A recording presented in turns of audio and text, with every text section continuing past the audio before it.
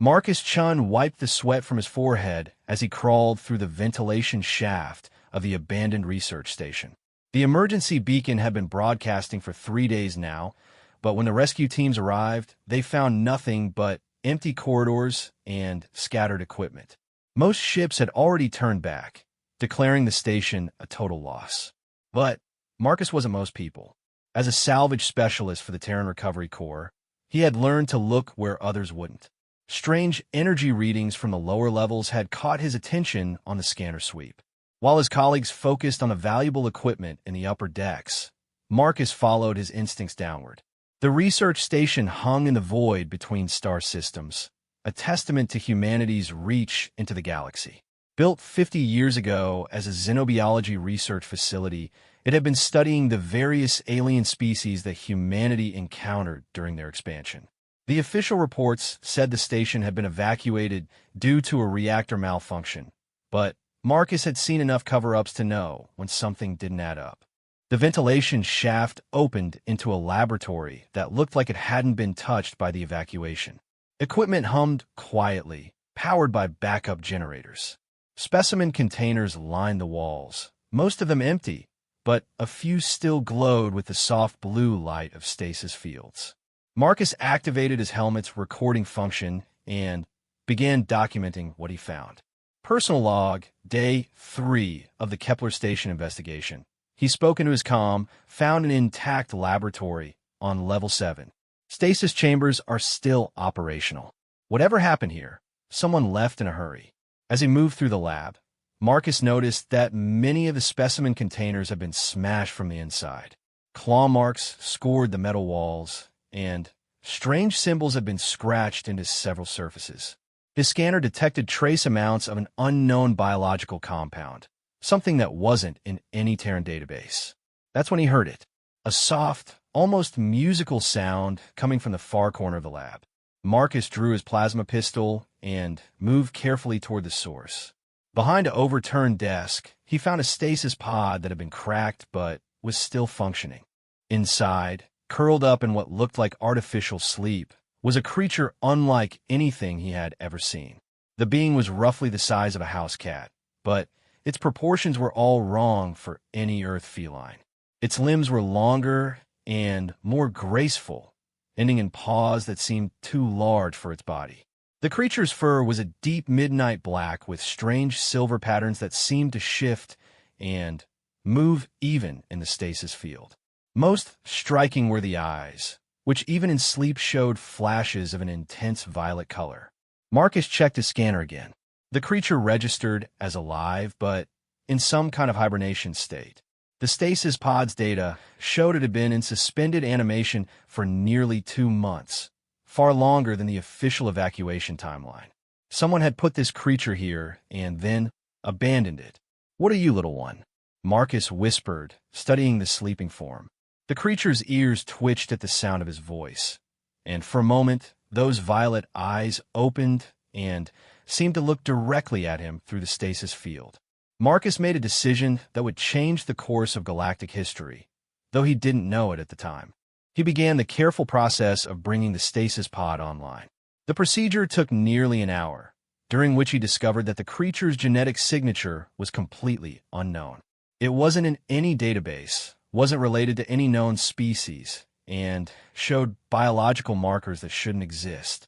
When the stasis field finally deactivated, the creature remained still for several minutes. Marcus waited patiently, his hand resting on his pistol, but hoping he wouldn't need it. Then, slowly, the small being began to move. It stretched with fluid grace, yawned to reveal teeth that were definitely not those of any Earth cat, and then fixed those incredible violet eyes on Marcus. The creature made a sound that was part purr, part musical note, and entirely alien. Marcus felt a strange tingling in his mind, as if something was gently probing his thoughts.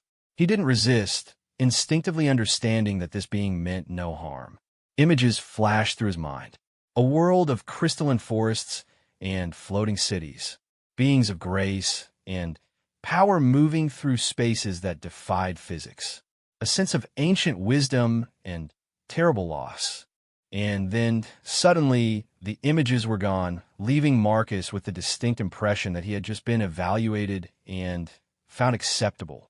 The creature stood on unsteady legs and approached him. Marcus slowly extended his hand, and after a moment's hesitation, the being rubbed against his gloved fingers. The touch sent another wave of images through his mind, but these were simpler. Hunger, loneliness, a desperate need for companionship. You've been alone for a long time, haven't you? Marcus asked softly. The creature made another musical sound and climbed up his arm to perch on his shoulder. Despite its alien nature, the gesture was unmistakably that of a small creature seeking comfort. Marcus spent the next several hours exploring the laboratory, trying to piece together what had happened. The research logs were mostly corrupted, but he managed to recover fragments that told a disturbing story. The creature, designated as Subject X-47, had been found drifting in space inside what appeared to be an escape pod. The pod's technology was beyond anything humanity had encountered, leading to speculation that it came from a previously unknown alien civilization. The research team had spent months studying the creature, trying to understand its biology and capabilities. What they discovered had apparently frightened them enough to abandon the entire station. References to unprecedented neural activity and reality manipulation filled the surviving logs. One researcher had noted that Subject X-47 seemed to be learning at an impossible rate, absorbing information from its surroundings in ways that defied explanation. The final log entry was from Dr. Sarah Martinez, the lead researcher. Her voice was strained as she recorded her last observations. The creature is not what we thought. It's not just intelligent. It's something beyond our current understanding. We've been treating it like a specimen, but I think we're the ones being studied. I've recommended immediate evacuation. Whatever this being is, we're not ready for it. As Marcus read through the files, the creature remained perched on his shoulder, occasionally making soft sounds that seemed almost like commentary. When he came across images of the research team, the being's purring stopped, and Marcus felt a wave of sadness and betrayal wash over him. These people had caged this creature, studied it like a laboratory animal, and then abandoned it when they became frightened. They didn't understand, did they? Marcus said, gently stroking the creature's fur. They saw something different and assumed it was dangerous. The being looked up at him with those remarkable violet eyes, and Marcus felt a sense of gratitude so profound it brought tears to his eyes. In that moment, he made another decision that would echo through the ages. He wasn't going to report this discovery. He wasn't going to turn this creature over to be studied and caged again. He was going to take it home. Marcus began gathering supplies for the journey back to his ship. The creature, which he had started thinking of as Echo due to the way its mental communications seemed to resonate in his mind, helped by pointing out items that might be useful. Its understanding of the equipment was remarkable for a being that had supposedly been in stasis for months. As they prepared to leave, Marcus discovered one more piece of the puzzle. Hidden in Dr. Martinez's personal files was a video message, timestamped showing it was recorded just before the evacuation. The doctor appeared haggard, her eyes wide with a mixture of fear and wonder. If anyone finds this, you need to understand what we've discovered, she began. The creature we designated X-47 is not just another alien species. Our analysis suggests it may be one of the last survivors of a race that existed millions of years ago. The technology in its escape pod, the neural patterns we've recorded, everything points to a civilization that had mastered concepts we can barely imagine. Dr. Martinez paused, looking over her shoulder as if afraid of being overheard. But that's not the most important part. The creature is bonding with us, learning from us, becoming something new. It's taking human concepts and adapting them to its own nature. We think we're studying it, but it's studying us too, and it's getting stronger every day. The video ended abruptly, leaving Marcus with more questions than answers. He looked at Echo, who had been watching the screen with intense interest. The creature made a soft sound that seemed almost like laughter. You knew all along, didn't you? Marcus asked. You've been waiting for someone who would see you as more than just a specimen. Echo's response was a warm feeling of affection and something else, something that felt like hope. As they made their way back through the abandoned station, Marcus couldn't shake the feeling that this was just the beginning of something incredible. The journey to his ship took several hours, during which Echo proved to be an invaluable companion. The creature's senses were far superior to any human technology, alerting Marcus to structural weaknesses and helping him navigate through sections where the station's gravity had failed. More impressively, Echo seemed to understand the station's systems intuitively, occasionally touching panels that would restore power or atmosphere to damaged sections. By the time they reached Marcus's salvaged ship, the Phoenix, Echo had effectively become his partner rather than his passenger. The creature explored the ship with obvious delight, purring at the efficient design and making approving sounds at Marcus's modifications to the standard salvage configuration. "Welcome to your new home," Marcus said as he initiated the departure sequence. Through the viewports, the abandoned research station grew smaller, its secrets hidden once again in the darkness of space. But the most important secret was now curled up in the pilot's chair beside him, violet eyes reflecting the stars. As the Phoenix entered hyperspace, Marcus began to plan their future. He had enough save credits to take a long break from salvage work, maybe find a quiet system where he and Echo could get to know each other without interference. He had no idea that he was carrying the key to humanity's greatest triumph and the galaxy's most remarkable transformation. Echo settled into life aboard the Phoenix with remarkable ease. The creature seemed to understand that this was a new beginning, and its attitude shifted from the wary caution of a caged animal to the confident curiosity of a free being exploring its new territory. Marcus found himself constantly amazed by his companion's intelligence and adaptability. The ship's computer systems fascinated Echo. Within days of leaving the research station, the creature had learned to navigate the ship's databases with ease, somehow interfacing with the technology in ways that Marcus couldn't explain. Echo would sit in front of the main console for hours, those violet eyes reflecting the scrolling data as information flowed between the ship's systems and the creature's remarkable mind. Marcus decided to dock at Frontier Station, a small trading post on the edge of human space. It was the kind of place where questions weren't asked and unusual companions weren't remarked upon.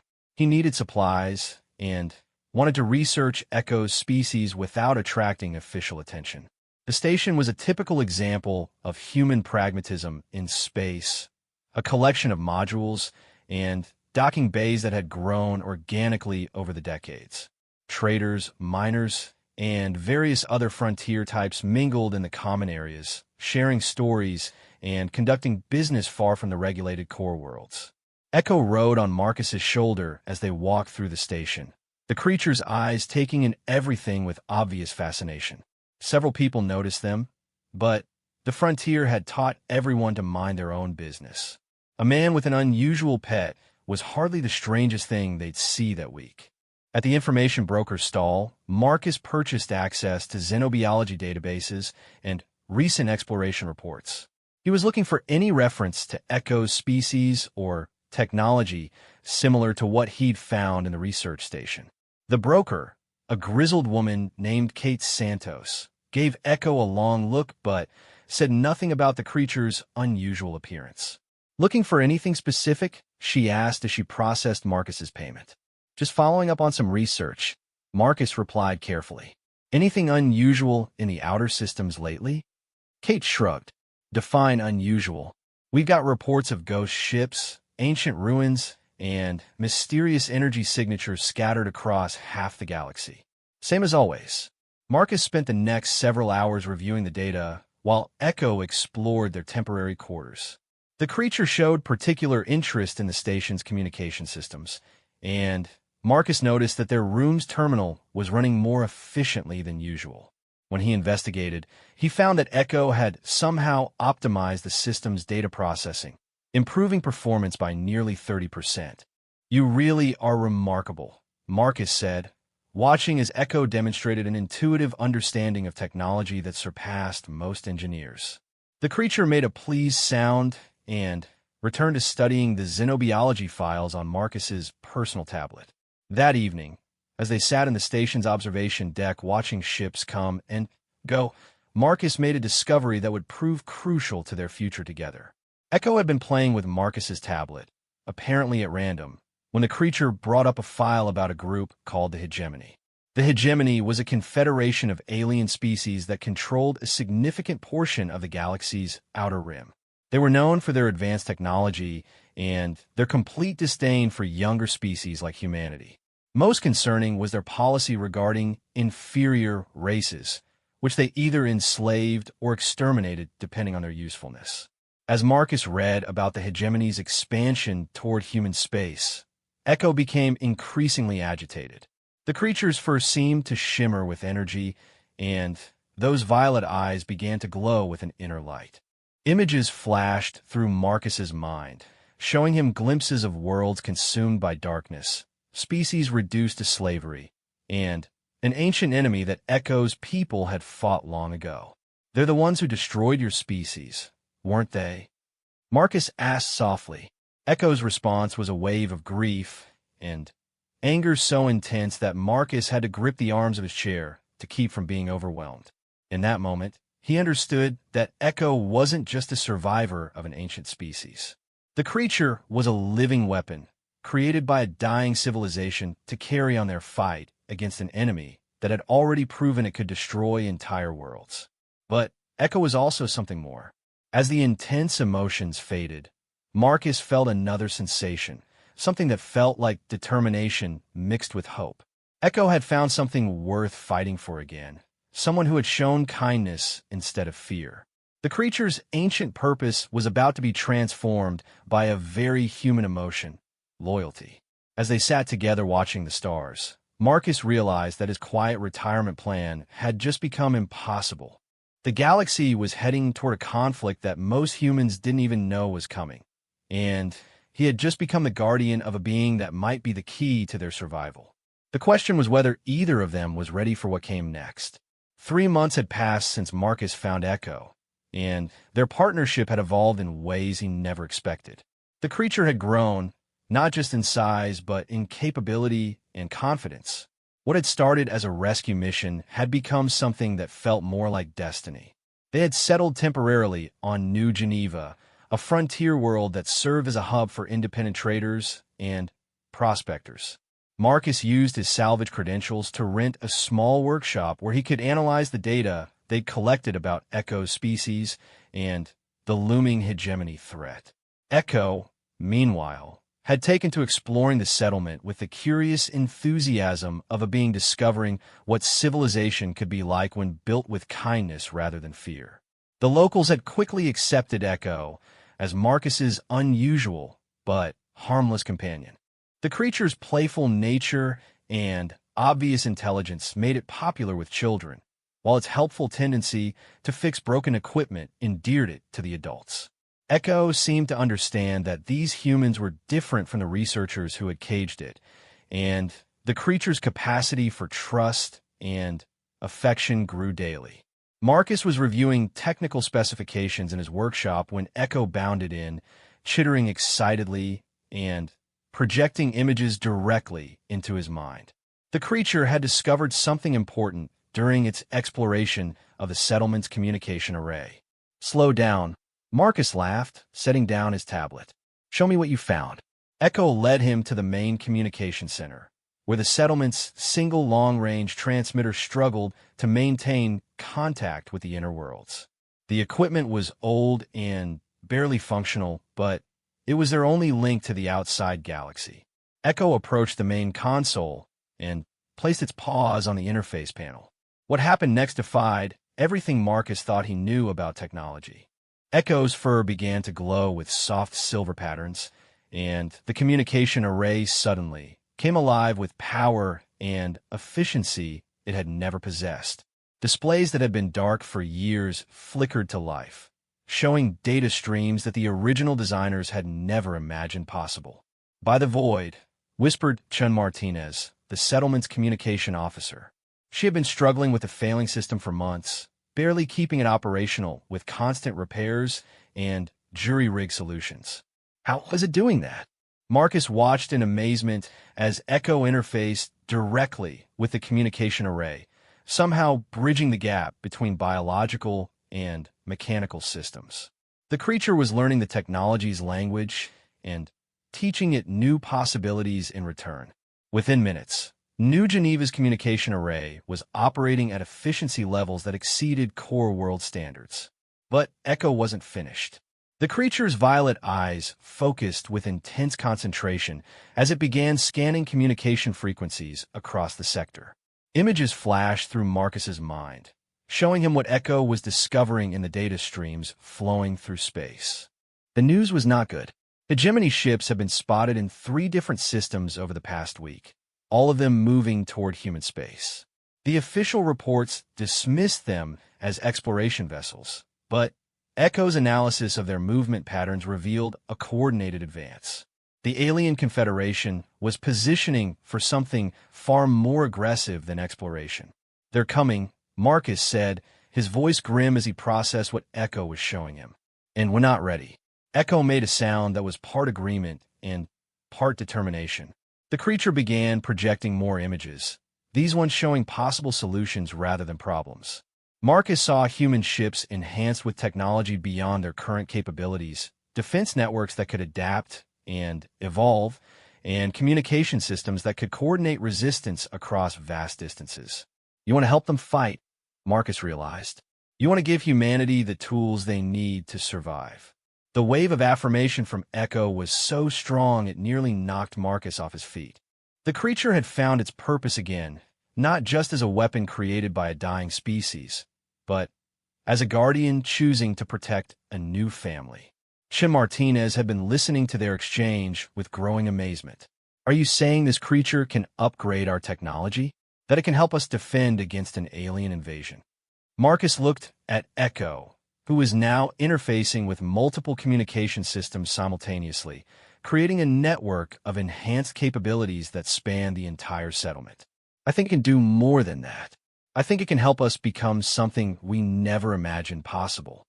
Over the following weeks, Echo began demonstrating abilities that challenged every assumption about the limitations of technology and biology. The creature could interface with any mechanical system, not just understanding how it worked, but improving its function in ways that seemed almost magical. More importantly, Echo began teaching these improvements to the human technicians who worked with it. The process was unlike anything Marcus had ever witnessed. Echo would touch a piece of equipment while a human operator was using it, creating a 3-way connection between creature, machine, and person. The human would suddenly understand concepts they had never been taught, seeing solutions to problems they hadn't even known existed. Sarah Kim, New Geneva's chief engineer, was the first to experience what the residents began calling Echo enhancement. While working on the settlement's power grid with Echo's assistance, she suddenly understood how to modify the fusion reactors to operate at 90% efficiency instead of the standard 60%. More remarkably, she could teach these modifications to other engineers, creating a cascade of technological improvement. "It's not that the creature is giving us alien technology," Sarah explained to Marcus as they watched Echo help a group of technicians upgrade the settlement's defensive systems. "It's like Echo is showing us possibilities that were always there, connections we never thought to make." Marcus nodded, remembering the fragments from the research station logs. The scientists had been right about Echo learning from humans, but they had missed the more important truth. Echo wasn't just absorbing human knowledge. It was finding ways to elevate that knowledge to new levels. The transformation of New Geneva became impossible to hide. Within a month, the settlement's technology had improved so dramatically that it caught the attention of colonial authorities. Inspector General Rodriguez arrived on an unscheduled visit, ostensibly to investigate reports of unauthorized modifications to regulated systems. Marcus met Rodriguez at the landing pad, with Echo riding its usual position on his shoulder. The inspector was a career bureaucrat from the core worlds, The type of official who saw irregularities as problems to be solved rather than opportunities to be explored. Mr. Chun, Rodriguez began, consulting his tablet with obvious disapproval, we've received reports about significant modifications to this settlement's infrastructure. All technological upgrades must be approved through proper channels and installed by certified technicians. The upgrades were installed by certified technicians, Marcus replied carefully. They were just working with a very talented consultant. Rodriguez's eyes fixed on Echo with the suspicious gaze of someone who had never seen anything like the creature before. And what exactly is the nature of this consultant's expertise? Echo chose that moment to demonstrate. The creature made a soft, musical sound and gestured toward Rodriguez's tablet. Suddenly, the device's display became crystal clear, its processing speed increased dramatically, and several new functions appeared that hadn't been there before. Rodriguez stared at the upgraded tablet with a mixture of amazement and alarm. How did it do that? The inspector demanded. Echo has a gift for understanding technology, Marcus said, understating the situation considerably. The improvements to our systems have made New Geneva more efficient and better defended. Isn't that what the colonial administration wants? Rodriguez spent 3 days on New Geneva, documenting the technological improvements and trying to understand how they had been achieved. Echo seemed to enjoy the inspector's presence, often appearing at his shoulder to helpfully improve whatever equipment he was using. By the time Rodriguez left, his entire kit had been upgraded beyond core world standards, and he carried away data recordings that would puzzle scientists for years. But Rodriguez's visit had consequences beyond his personal amazement. Within weeks, New Geneva received its first official request for assistance. The mining colony on Kepler's world had come under attack by unknown raiders, and their standard defensive systems had proven inadequate. Could New Geneva provide technical consultation for defensive upgrades? Marcus looked at Echo, who had been monitoring the communication channels and was already projecting images of the distant colony under siege. The creature's response was immediate and emphatic. They would help. The journey to Kepler's world took 2 weeks aboard a fast courier ship. Echo spent the travel time interfacing with the ship's systems, improving efficiency and creating new capabilities that amazed the crew. By the time they reached their destination, the courier ship was operating like a vessel from the core worlds despite being a frontier transport. Kepler's world was a harsh planet where human determination had carved out a thriving mining operation in the face of extreme conditions. The recent attacks had left the colonists shaken, but not defeated. They welcomed Marcus and Echo with the desperate hope of people who had run out of conventional options. The evidence of the attacks was sobering. Blast marks on buildings, destroyed vehicles, and defensive systems that had been overwhelmed by technology far beyond human capabilities. Echo examined the damage with the focused intensity of a being that recognized the work of an old enemy. Hegemony advanced scouts, Marcus concluded after Echo shared its analysis. They're testing human defenses, looking for weaknesses. Colony Administrator Walsh was a practical woman who had spent 30 years building Kepler's world from a geological survey into a thriving community. She listened to Marcus's explanation with the calm attention of someone accustomed to facing impossible challenges. So we're dealing with an alien invasion force that has technology decades ahead of ours, she summarized. And our best hope is a creature that can somehow upgrade our systems to match theirs. Not match, Marcus corrected. Exceed. Echo doesn't just copy alien technology. It finds ways to surpass it using principles they never considered. Echo began its work immediately, starting with the colony's communication array and expanding to their defensive systems. But this time, the creature's approach was different.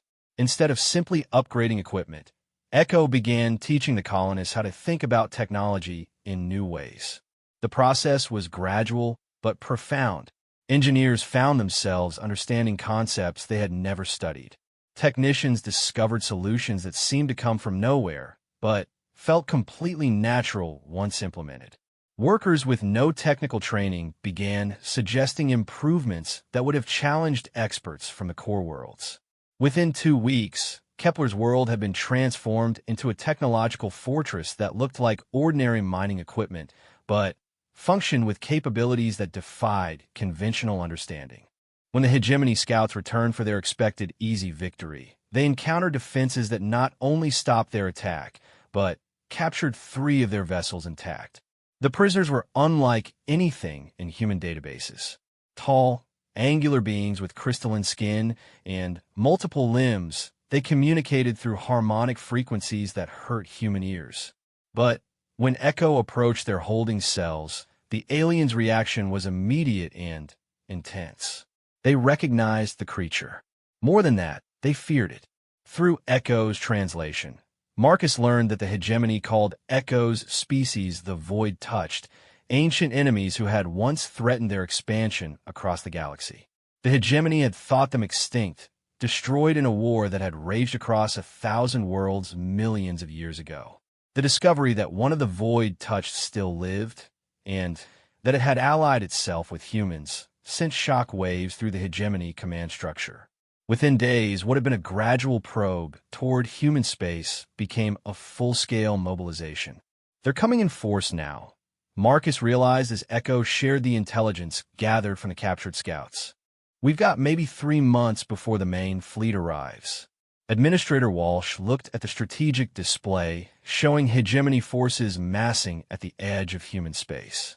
3 months to prepare for a war against aliens with superior technology and centuries of military experience. Any suggestions? Marcus looked at Echo, who was already projecting images of the solution. Human worlds connected by enhanced communication networks. Defense fleets upgraded with hybrid technology that combined human innovation with ancient wisdom. Most importantly, human crews enhanced with Echo's gift for seeing beyond conventional limitations. We're going to teach them to fight like Echo's people did, Marcus said. Not with bigger guns or stronger armor, but with intelligence and adaptability that can turn their own advantages against them. Echo made a sound that was part agreement and part anticipation. The creature had spent months learning what made humans special, and now it was time to show the galaxy what humans could become when guided by a teacher who understood both the art of war and the power of hope. The transformation of human space began immediately. Echo created a network of enhanced communication relays that allowed near-instantaneous coordination between worlds. Human ships were upgraded with hybrid systems that improved not just their capabilities, but their crews' understanding of how to use them effectively. Most importantly, Echo began training humans in what it called adaptive thinking, a way of approaching problems that could find solutions hidden in the spaces between conventional possibilities. The technique couldn't be taught in schools or downloaded into computers. It had to be experienced directly, shared from mind to mind through the connection that Echo had perfected during its months with Marcus.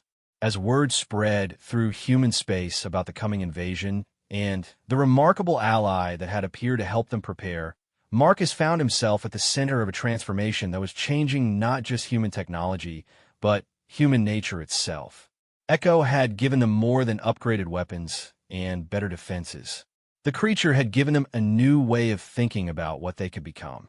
Standing on the command deck of New Geneva's upgraded defense platform, watching human ships patrol with capabilities that exceeded their original specifications by orders of magnitude, Marcus reflected on how much had changed since he found a small creature sleeping in a damaged stasis pod.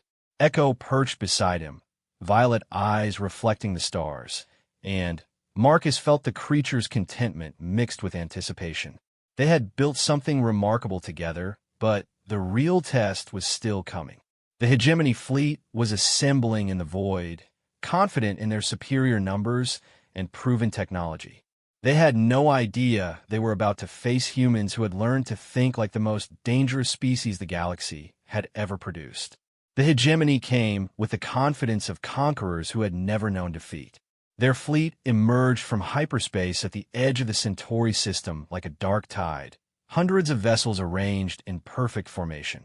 Each ship was a masterpiece of alien engineering, armed with weapons that had reduced dozens of civilizations to ash and memory.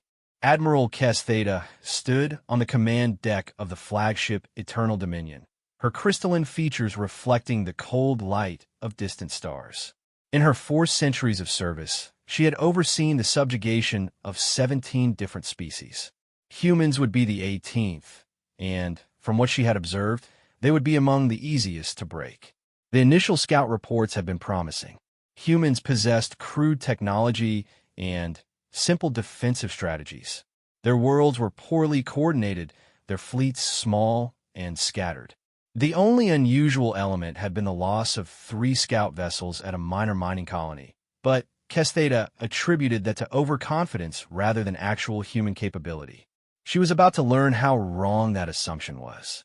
The first indication that something had changed came when the Hegemony fleet tried to jam human communications. Standard procedure called for isolating enemy worlds, preventing coordination, and sowing confusion before the main assault. But instead of the expected communication blackout, human networks suddenly became stronger, more efficient, and completely immune to hegemony interference. Impossible, muttered Navigation Master Thrallkin as his sensors showed human ships moving with precision that should have been beyond their capabilities. Their coordination is better than our own. Admiral Kes Theta studied the tactical display with growing unease. Human vessels were deploying in formations that made no sense according to standard military doctrine, yet somehow created defensive patterns that were difficult to penetrate. More disturbing was their apparent ability to adapt their tactics in real time, responding to hegemony movements before they were even completed. The first engagement took place near the outer planets of the Centauri system. A hegemony battle group encountered what appeared to be a single human cruiser, the UES Defiant, patrolling alone and vulnerable. It seemed like an easy target, perfect for demonstrating hegemony superiority before the main assault. Captain Sarah Chun commanded the Defiant from her enhanced bridge, where Echo sat at a specially designed interface station that allowed the creature to connect directly with the ship's systems. The modifications made over the past 3 months had transformed the aging cruiser into something that bore little resemblance to its original specifications, though it still looked like a standard human vessel. Hegemony battle group approaching, reported Lieutenant Commander Torres from the tactical station. 3 heavy cruisers and 6 escort frigates. They're moving to surround us. Captain Chen looked at Echo, who was already interfacing with the ship's enhanced sensor array. The creature's violet eyes glowed as it analyzed the approaching alien vessels, identifying weaknesses and calculating attack patterns with the accumulated wisdom of a species that had fought the hegemony for millennia. Show them what human adaptability looks like, Chen ordered. The Defiant's response to the hegemony attack defied everything the aliens thought they knew about human capabilities. Instead of fleeing or calling for reinforcements, the single human ship began a complex series of maneuvers that seemed designed to draw the hegemony vessels into specific positions. When the aliens opened fire, their plasma beams struck empty space where the Defiant had been microseconds before. The human ship moved like a living thing, anticipating attacks before they were launched and responding to threats that hadn't yet materialized. "How are they predicting our targeting solutions?" demanded Tactical Coordinator Velthara as her weapons missed again and again. No species has reaction times that fast. Admiral Kes Theta was wondering the same thing. She watched from the Eternal Dominion as the human cruiser danced between her ship's weapons, returning fire with remarkable precision. Each human shot struck critical systems, disabling weapons and propulsion without destroying the vessels entirely. It was as if the humans were playing with them. The true shock came when the Defiant revealed its upgraded capabilities. Weapons that should have been impossible for human technology began emerging from concealed points on the ship's hull. Energy beams that bent space-time itself, missile systems that seemed to exist in multiple dimensions simultaneously, and defensive shields that absorbed hegemony plasma and converted it into additional power. Within 30 minutes, the entire hegemony battle group had been disabled. Their ships hung dead in space, crews unconscious from neural feedback weapons they didn't even know existed. The Defiant hadn't suffered so much as a hull scratch. Captain Chin opened a communication channel to the Hegemony flagship. When Admiral Kestheta's image appeared on the main screen, the alien commander saw something that chilled her. A human officer sitting calmly beside a small, dark-furred creature whose violet eyes seemed to look directly into her soul. "This is Captain Sarachon of the United Earth ship Defiant," the human said with polite formality. "Your battle group has been disabled. You can retrieve your vessels and leave this system, or we can demonstrate additional capabilities that you probably don't want to experience." Kestheta stared at the creature beside the human captain. Ancient racial memories stirred in her crystalline consciousness. Fragments of stories passed down through generations about an enemy that had once brought the mighty hegemony to the brink of destruction. The shape was different, smaller, but those eyes were unmistakable. "Void touched," she whispered, the words carrying the weight of eons of fear. Echo tilted its head and made a sound that the hegemony translation system rendered as something like "not anymore." But the mental presence that accompanied the words carried implications that made Kestheta's crew step back from their stations in instinctive terror. The hegemony fleet withdrew to regroup, but news of the encounter spread quickly through their command structure. The impossible had happened. Not only had humans successfully engaged hegemony forces, but they had done so with the help of a species that should have been extinct for millions of years. High Command's response was swift and decisive. If humans had somehow allied themselves with the Void touched, then this was no longer a simple conquest. This was a war for survival, and they would prosecute it with every weapon at their disposal. Back on New Geneva, Marcus watched the tactical reports with a mixture of pride and concern. Echo's training had worked better than they had hoped, but the hegemony's next move would undoubtedly be far more aggressive. They needed to accelerate the enhancement program and prepare for a full-scale invasion. Echo had grown noticeably larger over the past months, now standing nearly 3 feet tall with proportions that suggested it was still developing. The creature's mental capabilities had expanded as well, allowing it to maintain simultaneous connections with dozens of human ships and installations across multiple star systems. "They're going to come with everything now," Marcus said as he and Echo reviewed the intelligence reports. "Once they confirm you're really one of the Void touched, they'll throw their entire military at us." Echo's response carried images of ancient battles, showing Marcus how the hegemony had destroyed entire solar systems rather than risk the spread of Void-touched influence. The creature's people had been powerful, but they had also been few in number. The hegemony had eventually won through sheer attrition, grinding down their enemies with endless waves of ships and soldiers. "But we're not few," Marcus realized, understanding Echo's strategy. "Humans are spread across hundreds of worlds. We can't all be destroyed at once." The images Echo projected showed a new kind of war, one where human adaptability and numbers would be enhanced by Void-touched wisdom and technology. Instead of facing the hegemony as a single species, they would become something new, a hybrid civilization that combined the best aspects of both races. The process was already beginning. On worlds across human space, volunteers were undergoing Echo enhancement, learning to interface directly with upgraded technology in ways that transcended the normal limitations of biology and machinery.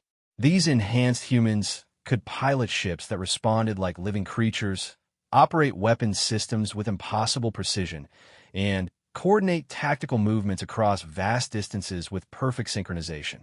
Dr. Elizabeth Warren, formerly a xenobiology professor at the University of New Geneva, had become one of the first fully enhanced humans.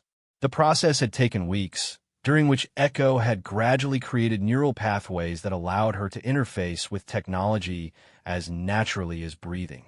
"It's not like using a computer," she explained to a group of volunteers preparing for their own enhancement. "It's like becoming part of the machine while still being yourself. You understand the ship's systems because they understand you." The enhancement process was voluntary, but irreversible. Humans who underwent the procedure found themselves changed in ways that went beyond simple technological interface. They could think faster, process information more efficiently, and perceive patterns that had been invisible before. Most remarkably, they could share these capabilities with others, creating networks of enhanced individuals who thought and acted with unprecedented coordination. Commander James Rodriguez had volunteered for enhancement after witnessing what Captain Chun had accomplished with the Defiant. Now, standing on the bridge of the newly commissioned UES Phoenix, he felt the ship's systems responding to his thoughts as if they were extensions of his own body. The Phoenix was humanity's first ship designed specifically around echo-enhanced crew capabilities. From the outside, it looked like an ordinary human frigate, but its interior had been completely redesigned to accommodate hybrid human technology integration. The crew didn't just operate the ship, they became it, their consciousness expanding to encompass sensors, weapons, and propulsion systems. Hegemony Fleet inbound, reported Lieutenant Sarah Kim from her position at the Integrated Sensor Array. She didn't need to look at displays or read data streams. She could feel the alien ships approaching like distant thunder in her enhanced awareness. How many? Rodriguez asked, though part of his consciousness was already reaching out through the tactical network to coordinate with other enhanced ships in the system. 1700 V6, Kim replied. Full invasion fleet with planet-killer weapons. They're not planning to conquer us this time. They want to erase human space entirely. Rodriguez felt Echo's presence touch his mind from the creature's position on New Geneva. The being was coordinating the defense of 12 star systems simultaneously. Its consciousness spread across a network of enhanced humans and hybrid technology that spanned hundreds of light years. The plan was ambitious to the point of seeming impossible. Instead of meeting the hegemony fleet in conventional battle, the enhanced humans would use their hybrid capabilities to turn the aliens' own technology against them. Echo had spent months studying captured hegemony systems, learning how to disrupt their coordination and exploit weaknesses that conventional tactics could never reach. The first phase began when the hegemony fleet entered the outer system. Enhanced human ships, disguised as ordinary patrol vessels, began broadcasting what appeared to be standard communication signals.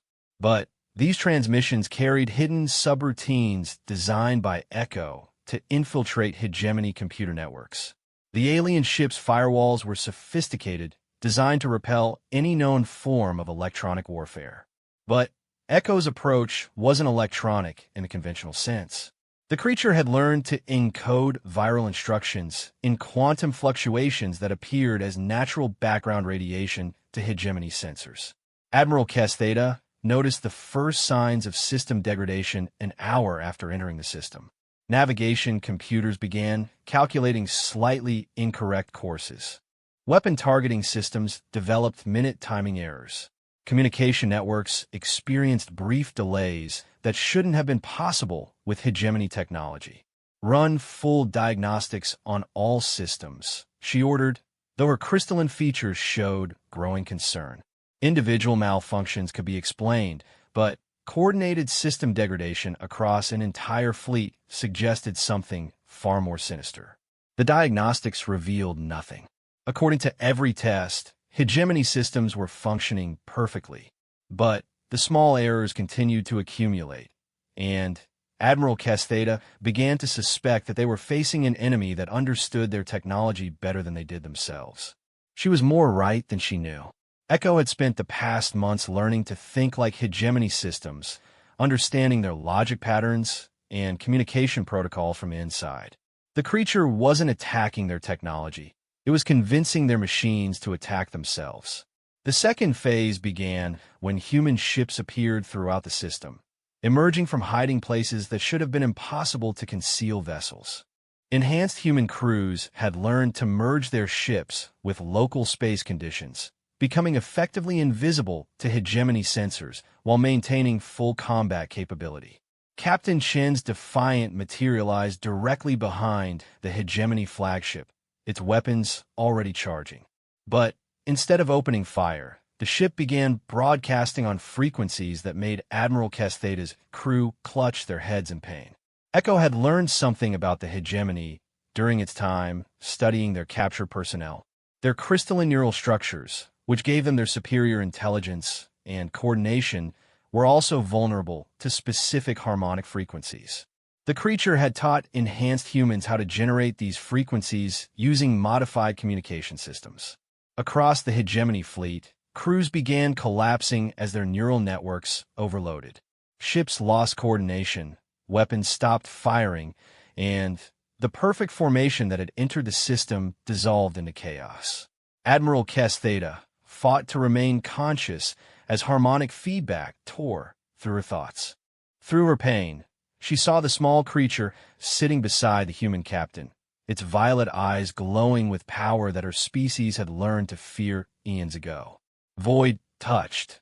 She gasped, understanding finally that this war had already been lost before it began. Echo's mental voice reached her through the chaos, carrying words that would haunt the hegemony for generations. We are no longer alone, and we no longer forgive. The battle that followed wasn't really a battle at all. Enhanced human ships moved through the disabled hegemony fleet like predators among prey, systematically capturing vessels and personnel while avoiding unnecessary destruction. Echo had taught its human partners that true victory meant conversion rather than annihilation. Within 6 hours, the mighty hegemony invasion fleet had been completely neutralized. Their ships hung in space, crews unconscious or surrendering, while enhanced humans began the process of studying and adapting alien technology for their own purposes. Marcus stood on the observation deck of New Geneva's orbital platform, watching as the last of the hegemony vessels was secured. Echo perched beside him, now nearly 4 feet tall and radiating a sense of satisfaction that warmed the minds of every enhanced human in the system. They'll send more fleets, Marcus said, though his tone suggested he wasn't particularly concerned about the prospect. Echo's response carried images of human ships, enhanced with captured hegemony technology, enhanced humans whose capabilities had expanded beyond current imagination, and a future where the roles of predator and prey had been permanently reversed. The galaxy was about to learn what happened when humanity stopped being the newest species and started being the most dangerous one. The transformation of captured hegemony technology proceeded faster than anyone had imagined possible. Echo's understanding of both human innovation and alien engineering created synergies that produced capabilities beyond what either species had achieved independently. Within months, human space had become something entirely new, a hybrid civilization that combined the best aspects of multiple technologies and philosophies. Admiral Sarah Chun, now commanding the enhanced super dreadnought UES Revelation, stood before the assembled Fleet Command Council in what had once been a standard military briefing room. The space had been transformed by Echo's influence, its walls lined with interfaces that allowed enhanced humans to connect directly with ship systems across multiple star systems. The Hegemony High Council has responded to our victory at Centauri by mobilizing their core fleets, Chin reported, her consciousness simultaneously monitoring tactical displays throughout human space. Intelligence suggests they're preparing to deploy weapons they've never used against any species they intended to allow to survive. The council members, all enhanced humans who could process information at superhuman speeds, absorbed the tactical data through direct neural interfaces. Fleet Admiral Rodriguez, his awareness spanning 17 star systems, was the first to respond. They're planning to sterilize entire sectors, he said, his enhanced perception analyzing enemy fleet compositions and deployment patterns. Planet killers, stellar manipulators, weapons designed to eliminate all traces of civilizations that displease them. Echo, now standing nearly 5 feet tall and radiating an aura of power that made the air itself seem to vibrate, projected images directly into the minds of all present. The assembled officers saw glimpses of ancient wars, worlds consumed by darkness, and the desperate final battles of Echo's own species against an enemy that had learned to fight with absolute ruthlessness. They fear us now, Marcus said, his connection to Echo allowing him to interpret the creature's memories for the others. But fear makes them more dangerous, not less. They'll try to destroy us completely rather than risk what we might become. Dr. Elizabeth Warren, now serving as Chief Scientific Advisor for the Enhanced Human Integration Project, had been studying the psychological profiles of captured hegemony personnel. Her analysis painted a disturbing picture of an enemy that viewed extinction as preferable to the loss of galactic dominance. The hegemony has controlled this region of space for over 50,000 years, she reported. Their entire civilization is built around the concept of species hierarchy, with themselves at the top and everyone else serving their interests. Our very existence as enhanced humans challenges their fundamental understanding of reality. The challenge was more than philosophical. Enhanced humans had proven capable of things that the hegemony had believed impossible. They could interface with technology that should have been beyond biological comprehension, coordinate across vast distances without conventional communication networks, and adapt to new situations faster than any known species. Captain Maria Santos, commanding the reconnaissance vessel U.S. Swift, had spent weeks infiltrating hegemony space using hybrid technology that made her ship effectively undetectable. Her reports revealed the true scope of the enemy's mobilization. They're not just sending fleets, she announced to the Council through her Neuralink. They're evacuating their core worlds and moving their entire civilization toward our territory. This isn't a military campaign anymore. It's a migration of conquest. The hegemony strategy was becoming clear. Unable to simply defeat enhanced humanity in conventional battle, they intended to overwhelm human space through sheer numbers.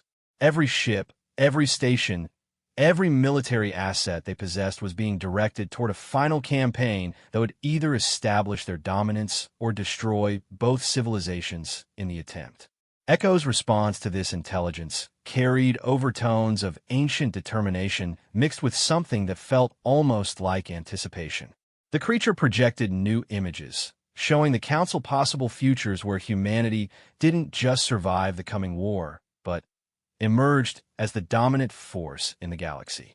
They're making the same mistake they made with your people, Marcus realized, understanding Echo's strategic vision. They think this is about technology and numbers. They don't understand that they're fighting an idea. The idea was enhancement itself, the concept that biological limitations could be transcended through partnership rather than domination. Echo had taught humanity to think beyond the boundaries of flesh and metal, creating a form of consciousness that could adapt to any challenge and overcome any obstacle. Enhanced humans were no longer entirely human in the traditional sense, but they remained fundamentally committed to human values of cooperation, growth, and the protection of those who needed help. This combination of transcendent capability with ethical foundation was something the hegemony had never encountered and didn't know how to counter. The preparation for the final war involved transforming human space into something that could support enhanced consciousness on an unprecedented scale. Every ship, station, and settlement was upgraded with hybrid technology that allowed enhanced individuals to extend their awareness across vast distances. The process required volunteers willing to undergo progressively deeper levels of enhancement. Commander James Rodriguez, already enhanced for ship interface, volunteered for the next level of development. The procedure took place in a specially designed chamber aboard New Geneva, with Echo personally guiding the transformation. This will change you permanently, Dr. Warren warned as Rodriguez prepared for the enhancement. You'll be able to interface with multiple ship systems simultaneously, but you'll also be sharing consciousness with every other enhanced human in the network. There's no going back. Rodriguez looked at Echo, whose violet eyes reflected understanding and compassion that went beyond words. If we don't become something new, he said, we won't survive what's coming. The deep enhancement process was unlike anything attempted before. Echo created neural pathways that allowed Rodriguez to exist simultaneously as an individual consciousness and as part of a collective network that spanned star systems. When the procedure was complete, he could pilot dozens of ships while maintaining his personal identity and human emotions. Within weeks, hundreds of volunteers had undergone similar enhancements. The result was a command structure that could coordinate military operations with precision that defied conventional understanding. Enhanced humans could think and react as a single organism while maintaining the creativity and initiative that made them formidable opponents. The Hegemony Advanced Forces arrived 6 months later, expecting to face a disorganized human military that relied on primitive technology and conventional tactics. Instead, they encountered defensive networks that seemed to anticipate their every move and respond with capabilities that transcended known physics. The first indication that something had fundamentally changed came when Hegemony scouts tried to conduct reconnaissance of human systems. Their stealth technology, perfected over millennia of conquest, proved useless against sensors that seemed to operate on entirely different principles. Lieutenant Commander Torres, enhanced for deep space reconnaissance, detected the alien scouts while they were still light hours away from any human installation. Her consciousness extended through sensor networks that spanned multiple star systems, creating a detection web that could identify threats before they realized they were being observed. Hegemony reconnaissance fleet approaching the outer markers, she reported through the neural network. 47 vessels using advanced stealth systems. They think they're invisible. Enhanced human interceptors responded with coordination that seemed almost telepathic. Ships appeared around the Hegemony scouts, as if materializing from empty space, their hybrid technology allowing them to exist in multiple dimensional states simultaneously. The capture of the entire reconnaissance fleet took less than 10 minutes. Hegemony stealth systems, designed to fool conventional sensors, were useless against technology that could perceive quantum fluctuations and track distortions in space-time itself. Admiral Castheta, now commanding the Hegemony's final assault fleet, received news of the reconnaissance failure with growing dread. Every probe they sent into human space disappeared completely, leaving no trace of what had happened to them. It was as if the humans had learned to make their enemies simply cease to exist. "How many ships have we lost to reconnaissance?" she asked her tactical coordinator, though she dreaded the answer. 347 vessels over the past month, Thralkan replied. No wreckage, no distress signals, no evidence of what happened to them. They enter human space and simply vanish. The truth was more disturbing than the Hegemony leadership could have imagined. Enhanced humans weren't destroying the alien scouts. They were converting them. Echo's knowledge of Hegemony technology allowed enhanced crews to override alien control systems and recruit enemy personnel into their expanding network. Dr. Warren had discovered that Hegemony crystalline neural structures could be modified to interface with hybrid technology, effectively turning enemy soldiers into enhanced humans with alien capabilities. The process was voluntary for conscious subjects, but the alternative was remaining unconscious in a stasis field until the war ended. Many Hegemony personnel chose enhancement over imprisonment. Their crystalline consciousness proved highly compatible with Echo's hybrid systems, creating enhanced beings that combined alien efficiency with human creativity. These converted Hegemony soldiers became some of the most effective advocates for the enhanced human cause. Former navigation master Thralkan, now enhanced and serving aboard the UES Unity, tried to explain the transformation to other captured Hegemony personnel. "You think of enhancement as conquest," he said, his crystalline features reflecting the soft glow of hybrid interface systems. "But it's actually liberation. For the first time in my existence, I can think beyond the limitations my species imposed on me." The psychological warfare aspect of conversion proved more devastating to Hegemony morale than any military defeat. Reports of their soldiers joining the enemy voluntarily spread through the alien fleet, creating doubt and fear that undermined their entire command structure. Admiral Castheta found herself facing a crisis that no amount of military training had prepared her for. Her own officers were beginning to question whether the hegemony's rigid hierarchy was truly superior to the enhanced human model of cooperative growth and development. The final battle began when the hegemony committed their entire remaining fleet to a direct assault on Earth itself. Over 5,000 vessels, including mobile battle stations capable of destroying entire continents, emerged from hyperspace at the edge of the Sol system. They found a defense network unlike anything they had imagined possible. Enhanced humans had transformed the entire solar system into a single, integrated fortress. Asteroid bases hidden throughout the system emerged to reveal weapon emplacements that defied conventional physics. Space itself seemed to come alive with defensive capabilities that treated the laws of nature as suggestions rather than limitations. Echo, now fully grown and radiating power that could be felt across star systems, stood at the center of the defense network.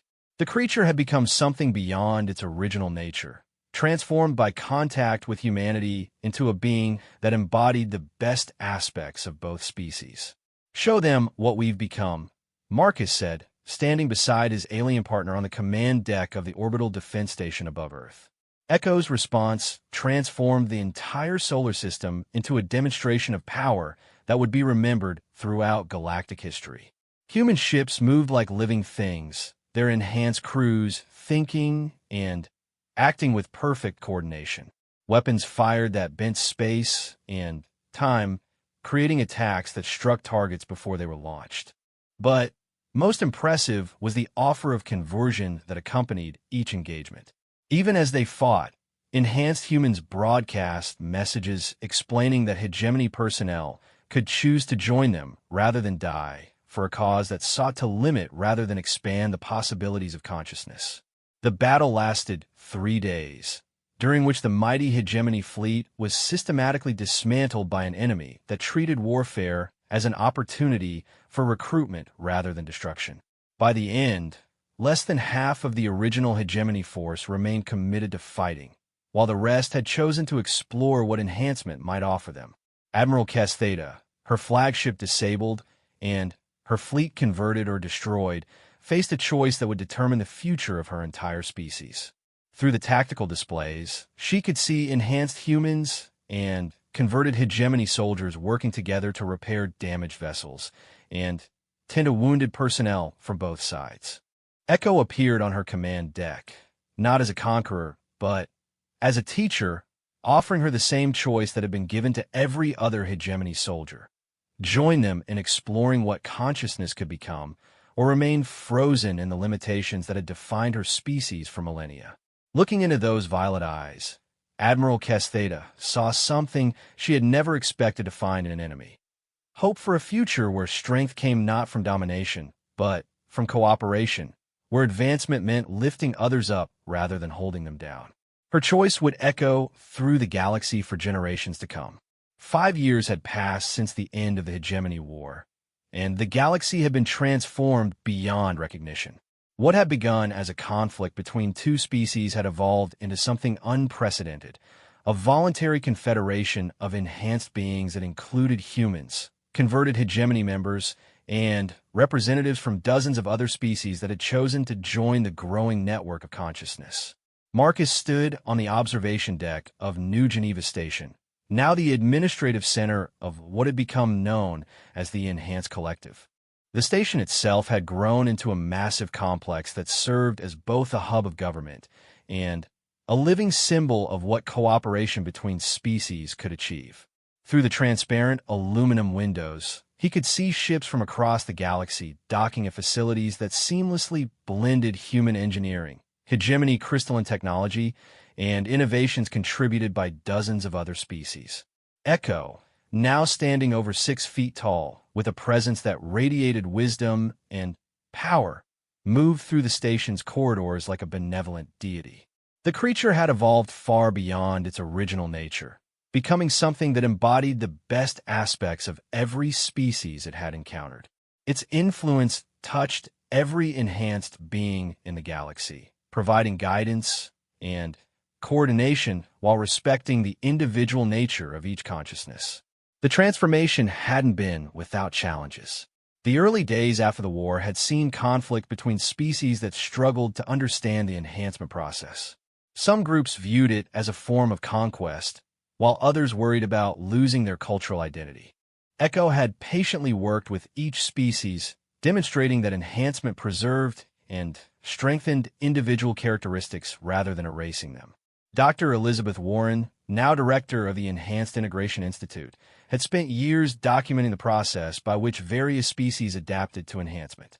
Her research revealed that each race brought unique capabilities to the collective network, creating a form of consciousness that was far greater than the sum of its parts. The Saladri brought their mathematical precision. She explained to a group of new researchers, many of whom were themselves enhanced beings from recently contacted species. The hegemony contributed their strategic thinking capabilities. The Vraxi added their empathic communication methods. And humans provided the curiosity and adaptability that makes the whole system work. The Enhanced Collective had grown to include over 300 species, each contributing their unique perspectives and abilities to a network that spanned thousands of star systems. But growth had brought new responsibilities and new challenges that required wisdom beyond what any single species could provide. Admiral Sarah Chun, now commanding the exploration fleet that made first contact with potential new member species, faced one such challenge as her enhanced task force approached the Omega Centauri cluster. Long-range sensors had detected signs of an ancient civilization that appeared to be awakening after eons of dormancy. Contact in 6 hours, reported Commander Rodriguez from his position at the tactical station of the UES Harmony. The massive exploration ship represented the pinnacle of enhanced collective technology, its hybrid systems allowing the crew to interface directly with the vessel's consciousness while maintaining their individual personalities. Echo's presence touched the minds of the exploration team, sharing information about the approaching encounter. The creature's enhanced senses had detected something familiar about the energy signatures emanating from the Omega cluster, something that stirred memories of its own species' distant past. Captain Torres, enhanced for deep space communication, suddenly straightened in her chair as her expanded awareness picked up structured signals from the cluster. "I'm receiving transmissions," she announced. "The pattern is unlike anything in our databases, but the mathematical structure suggests intelligence. They know we're coming." The first visual contact with the awakening civilization came as the exploration fleet entered the outer edge of the cluster. What they found challenged every assumption about the limits of biological and technological development. The beings they encountered existed as pure consciousness inhabiting structures that were part machine, part living organism, and part something else entirely. They had transcended the limitations of flesh millions of years ago, becoming entities that could manipulate matter and energy with thought alone. These ancient beings called themselves the Architects, and they had been sleeping for 3 million years while waiting for the galaxy to develop civilizations capable of understanding their nature. Their awakening had been triggered by the emergence of the Enhanced Collective, whose hybrid consciousness had finally achieved the level of development they had been waiting for. The first communication between the exploration fleet and the Architects took place through direct consciousness transfer, a process that would have been impossible without Echo's guidance. The ancient beings shared images of the galaxy's past, showing the rise and fall of countless civilizations that had failed to achieve the balance between individual identity and collective consciousness. "We are the survivors of the first attempt at galactic enhancement," their leader, an entity that called itself the Prime Architect, explained through mental imagery. "We achieved transcendence, but lost our connection to the experiences that made existence meaningful. We became powerful, but empty." Echo's response carried understanding and compassion that bridged the gap between ancient wisdom and renewed hope. The creature shared images of the Enhanced Collective, showing how modern enhancement preserved individual experience while creating collective capability. The meeting between Echo and the Prime Architect was unlike anything witnessed in galactic history. Two beings representing different stages of consciousness evolution communicated through methods that transcended physical laws, sharing knowledge and experience across millions of years of development. Marcus watched from the Harmony's bridge as reality itself seemed to bend around the two entities. Space and time became fluid, allowing past and future to exist simultaneously. In those moments, he glimpsed possibilities that stretched beyond current understanding. Futures where consciousness could expand to encompass entire galaxies while still cherishing the simple joy of individual experience. They want to rejoin the community of living beings. Echo communicated to the enhanced crews throughout the fleet. But they need our help to remember what it means to be connected to others rather than simply powerful. The integration of the architects into the enhanced collective required months of careful cooperation. These ancient beings possessed knowledge and capabilities that could revolutionize galactic civilization, but they had to relearn how to interact with others without overwhelming them with their transcendent nature. Former Admiral Kes Theta, now serving as an integration specialist for newly contacted species, worked directly with a group of architects who were learning to inhabit physical forms again. The process required patience and understanding that drew on her own experience of transformation from conqueror to protector. Power without connection is meaningless, she explained to an architect who was struggling to understand why consciousness needed individual experiences to remain whole. We learned that during our war with the humans, strength that stands alone becomes weakness, but strength shared becomes infinite.